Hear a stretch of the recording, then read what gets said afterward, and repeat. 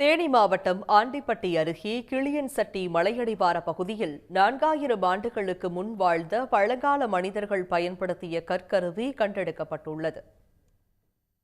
மயிலாடும்பாறை பகுதியைச் சேர்ந்தவர் விவசாயி மலைச்சாமி.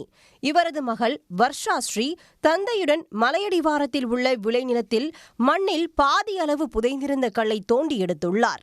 கூர்மை தீட்டப்பட்டு கல் வழவழப்பானதாக இருந்ததால் தந்தையிடம் காண்பித்துள்ளார்.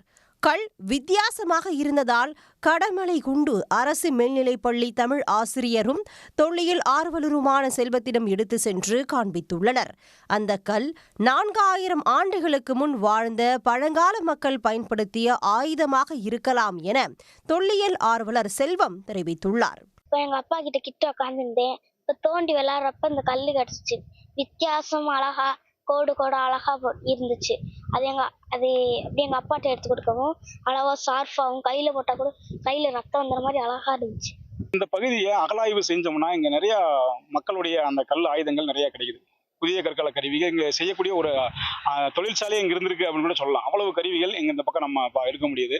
அதனால இங்க பார்த்தோம்னா அந்த கருவிகளை வைத்து வேட்டையாடுவது, விவசாயம் செய்வது, கால்நடை வளர்ப்பு, பல்வேறு பணிகளை இங்க மக்கள் செஞ்சிருக்கிறாங்க. அதுக்கான தரவுகள் இங்க கிடைக்குது.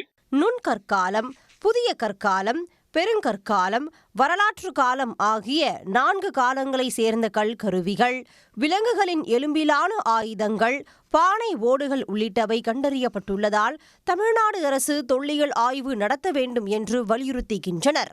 உடனுக்குடன் செய்திகளை தெரிந்து கொள்ள சன் நியூஸ் பெல் ஐகானை கிளிக் பண்ணுங்க.